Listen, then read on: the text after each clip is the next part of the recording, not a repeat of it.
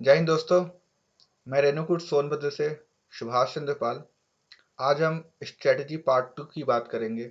इसमें मैं आपको ये बताऊंगा कि कैसे 1F1P सिस्टम के थ्रू कोरोना का स्प्रेड इंडिया में 20 टाइम्स कम हो सकता है। इसके पीछे मैं लॉजिकल जवाब दूंगा आपसे। मैं अभी आपके सामने नहीं आऊँगा, वीडियो के लास्ट में मैं आऊँगा। मैं अभी चाहता हूँ कि आपका जो फोकस हो वो स्ट्रेटजी पे हो। आप देखिए कि कैसे इंडिया को बचाया जा सकता है और इसको शेयर कीजिए, क्योंकि मेरे को 10 लाख व्यूज नहीं चाहिए, मुझे ये बात पीएम सीएम डीएम तक पहुंचानी है। आप देखिए कैसे। अगर आपने 1F1P सिस्टम का पहला वीडियो नहीं देखा है, आपके पास टाइम नहीं था, वीडियो बड़ा था मैं मानता हूं, लेकिन उसमें डिटेल एनालिसिस है कि मैंने कैसे 1F1P सिस्टम को बताया है, कैसे हम इसको अपने एरिया में अप्लाई करेंगे। आपने नहीं देखा, आपके पास टाइम नहीं है, तो आप वीडियो को स्किप करके देख सकते हैं। मैं आपको बता देता हूँ कि 3.20 मिनट पे आपको ग्रुप सिस्टम मिलेगा। 4.25 मिनट पे आपको 1F1P पास सिस्टम के बारे में मैंने समझाया है। 8.26 मिनट पे मैंने आपको मार्केट मैनेजमेंट की चीज़ों को बताया है, कैसे हमें मार्केट को मैनेजमेंट करके पूरे मार्केट को खोलना है। और कैसे 11.41 मिनट पे आपको मैंने बताया है कि इस 1F1P सिस्टम का क्या क्या एडवांटेज हो सकता है, कैसे हम बिना इलाके को सील किए टेस्टिंग कर सकते हैं, कैसे हम पूरे इलाके पूरे मार्केट को खोल सकते हैं विदाउट फियरिंग कोरोना कोरोना के संकट से बचते हुए। और आज मैं बताऊंगा कि कैसे 1F1P सिस्टम जो है वो कोरोना के स्प्रेड को 20 टाइम्स कम कर देगा एज कंपेयर टू लॉकडाउन। आप देखिए। आज मैं पहले ये बताऊंगा कि कैसे 1F1P सिस्टम जो है वो लॉकडाउन से बेहतर है और लॉकडाउन सिस्टम क्यों फेल है। मैं आपको बताता हूँ इसके पीछे रीज़न। हमारी जो लॉकडाउन की स्ट्रेटजी थी, हमने जब लॉकडाउन लगाया था तो हमने हमारा क्या मोटिव था कि हम ब्रेक द चेन करेंगे। आज जब मैं ये वीडियो रिकॉर्ड कर रहा हूँ, तब हमारे देश में कम से कम 85,000 कोरोना पॉजिटिव केसेस हैं। और हम जो हैं ब्रेक द चेन की जो हमारी स्ट्रैटेजी थी उसमें फेल हो चुके हैं। हमारे कोरोना के पेशेंट जो हैं वो कहीं कम नहीं हो रहे। पहले हम 500 थे, 1000 आए, 2000 आए, 3000 आए। अब हमारे यहाँ डेली कम से कम 3900 केसेस जो हैं कोरोना के आ रहे हैं। कम तो नहीं हो रहा, डेली बढ़ रहा है। सरकारों को लॉकडाउन खोलना पड़ रहा है, इसलिए नहीं कि खतरा कम हो गया है, इसलिए क्योंकि इकोनॉमी चलानी है। अदरवाइज वो अपने गवर्नमेंट एम्प्लॉयज़ को, अपने लोगों को सैलरी कैसे देंगे। इस बात को समझिए, बाहर मत निकलिए। कोई भी तरीके से कोरोना का जो संकट है वो 800 गुना बढ़ा ही है, ख़त्म नहीं हुआ। इस बात को दिमाग पर रखिए। मैं आपको बताता हूँ कैसे लॉकडाउन जो है वो फेल हो रहा है। ऐसे आज जैसे कि आज का जो सिस्टम है, गवर्नमेंट क्या कर रही है कि हर जगह अब क्या है, उनको लॉकडाउन में छूट देनी पड़ रही है। कि वो क्या करेंगे कि 3 घंटे सुबह का मार्केट खोल देंगे, 3 घंटे शाम का मार्केट खोल देंगे। मैं बताता हूँ कैसे इससे कोरोना फैल रहा है और कैसे ये चीज़ें पूरी तरीके से तबाह कर सकती है हमें। मैं आपको बताता हूँ कि जैसे कि मान लीजिए, हम पहली बात तो इस बात को समझिए कि रैंडम टेस्टिंग नहीं हो रही, किसी इलाके को आइसोलेट करके टेस्टिंग नहीं हो रही। कोरोना के पेशेंट जा रहे हैं, सिम्टम्स आ रहे हैं, उनको टेस्ट कर रहे हैं, अदरवाइज उनको टेस्ट नहीं कर रहे। इस तरीके से सिस्टम है कि अभी तो हमने रैंडम टेस्ट नहीं स्टार्ट किया। हमारे पास इतने टेस्टिंग किट्स नहीं है, हमको पता नहीं है कि कैसे कहाँ से क्लस्टर आ रहा है, कहाँ के लोग। हर इलाके में टेस्टिंग की जो है संख्या है, कोरोना के पेशेंट की संख्या जो है बढ़ते जा रही है। तो मैं बताता हूँ, सपोज कीजिए कि आप घर में किसी इलाके में, मान लीजिए बनारस का इलाका है, ठीक है। बनारस के इलाके में क्या है, तीन जो लोग हैं, एक घर के तीन लोग कोरोना एसिम्टोमेटिक हैं। उनको कोरोना है बट उनको कोई लक्षण नहीं है, कोई उनमें इस तरीके का कोई बात नहीं है, लेकिन वो क्या है, कोरोना के एसिम्टोमेटिक हैं। उनको पता नहीं है, उनकी टेस्टिंग नहीं हुई है, हम रैंडम टेस्टिंग नहीं कर रहे। अब क्या है कि वो चूंकि 3 घंटे मार्केट खुला, तो इसका सिंपल सा मतलब है कि लोग 3 घंटे पहले जा रहे हैं मार्केट पे, शॉप पे लाइन लगा रहे हैं, सामान खरीद रहे हैं, आ रहे हैं। लोग शाम को भी जा रहे हैं 3 घंटे के लिए, शॉप पे सामान खरीद रहे हैं, आ रहे हैं। अब सपोज कीजिए कि किसी फैमिली में तीन लोग की फैमिली है, और उसमें क्या है कि तीनों लोग जो है कोरोना के एसिम्प्टोमेटिक मरीज हैं। उनमें एक जो उनका परिवार का मेंबर है, सदस्य है, वो सुबह जाता है सब्जी लेने मार्केट में, लोगों से मिलता है, ठीक है। लोगों से मिला क्योंकि लोगों की भीड़ है दुकानों पे, क्योंकि दुकान 3 घंटे खुल रही है, उनको सामान खरीदना है। लोग बाहर निकलने के लिए उत्सुक हैं कि हम कैसे निकलें बाहर, इतने दिन से लॉकडाउन में हैं। और सामान, एक एक सामान खरीदने के लिए लोग बाहर आ रहे हैं। 1 किलो चीनी खरीदनी है तो आ रहे हैं, फिर शाम को चाय पत्ती खरीदनी है तो आ रहे हैं। एक साथ सामान का नहीं खरीदे, क्योंकि उनको बाहर घूमना है, मार्केट घूमना है, इस पर्पज से आ रहे हैं। देखिए कैसे हो रहा है।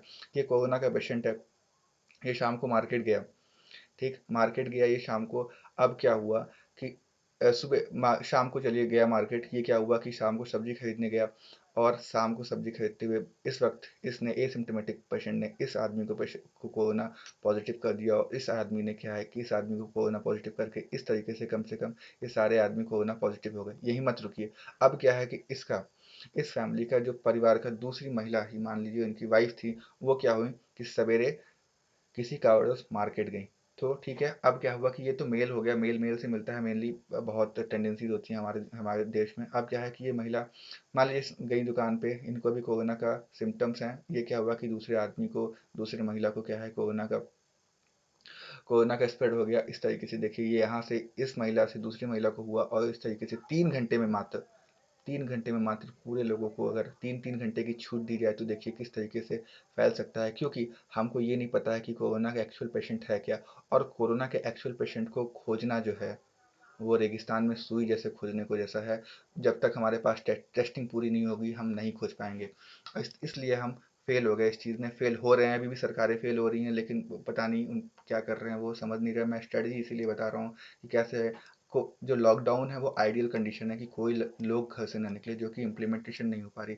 अब मैं बताऊंगा अपनी 1F1P पॉलिसी के थ्रू कैसे इसका इम्प्लीमेंटेशन किया जा सकता है, और कैसे ये लॉकडाउन से कैसे ये कोरोना को 20 टाइम्स जो है स्प्रेड करने से रोकेगा। और मैं इसमें भी बताऊंगा कि कैसे ये हो सकता है। समझिए कि 1F1P सिस्टम है क्या, पहले मैं आपको बता दूं कि वन फैमिली वन पास, मतलब एक फैमिली में एक ही आदमी को पास का सिस्टम दिया जाए। एक फैमिली में एक पास दिया जाए, उस आदमी का उस एक ग्रुप हो, एक 2500 500 फैमिलियों का ग्रुप हो मान लीजिए एक, तो वो क्या है कि उसी ग्रुप में वो बाहर निकले, और 3 घंटे के लिए निकले केवल, उसका एक ग्रुप हो, उसके बाद अगले ग्रुप को जाने का मौका मिले।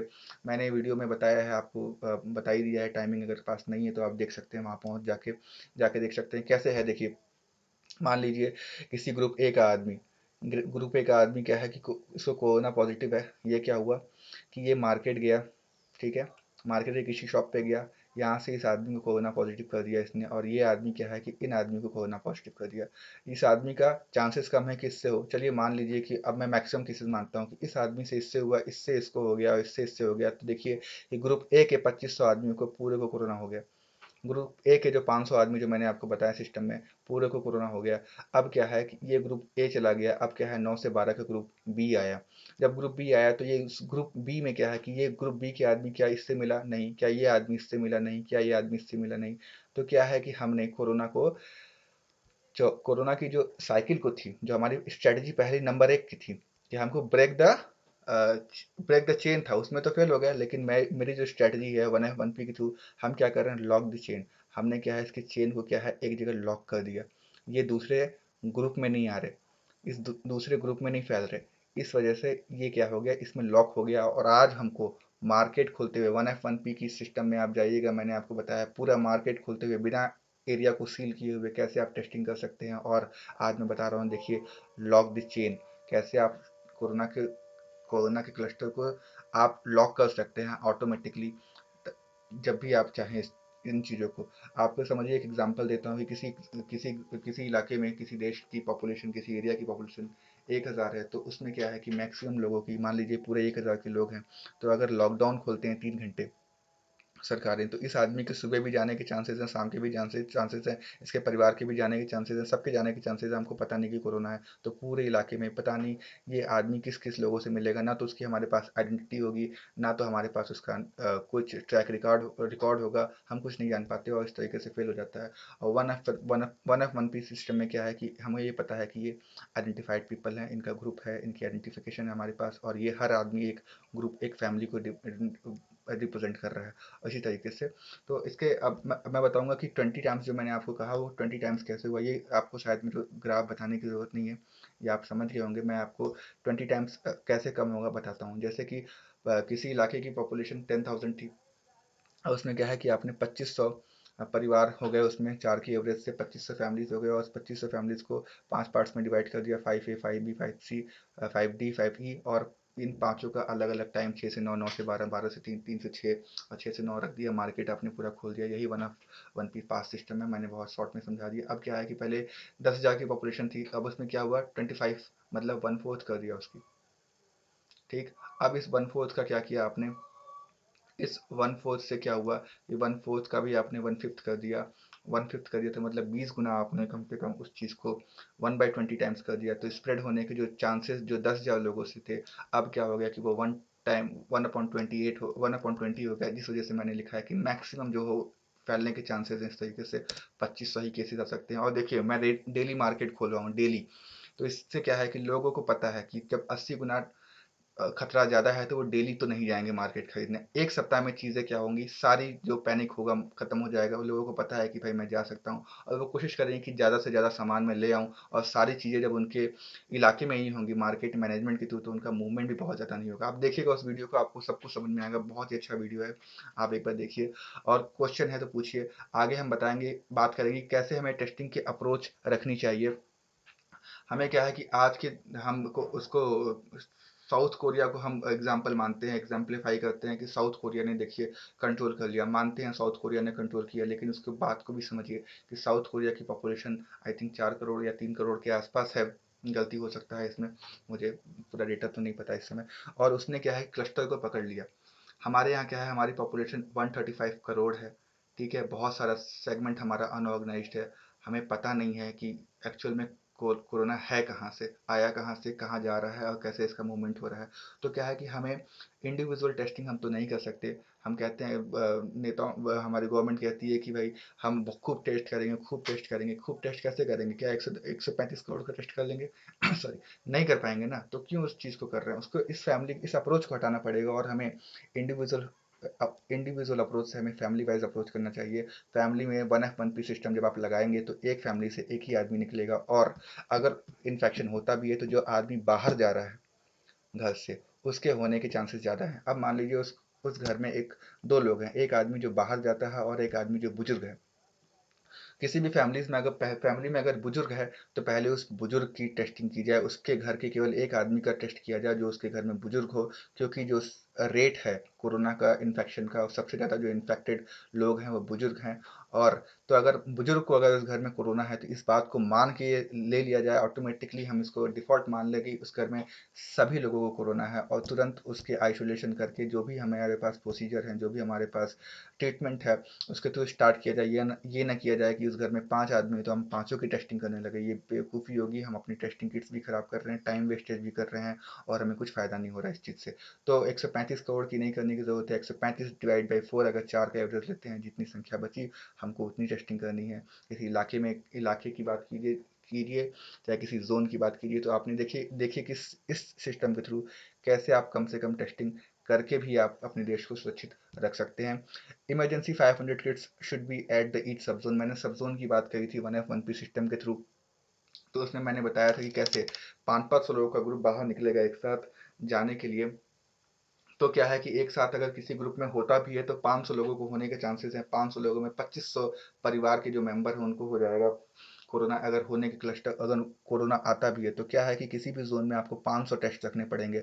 अगर आज की जो गवर्नमेंट जो पॉलिसीज अपना रही हैं उसमें उस हिसाब से चलें तो उस इलाके के लिए कम से कम 10,000 टेस्टिंग किट्स रखनी पड़ेंगी, जो कि हम नहीं रख सकते।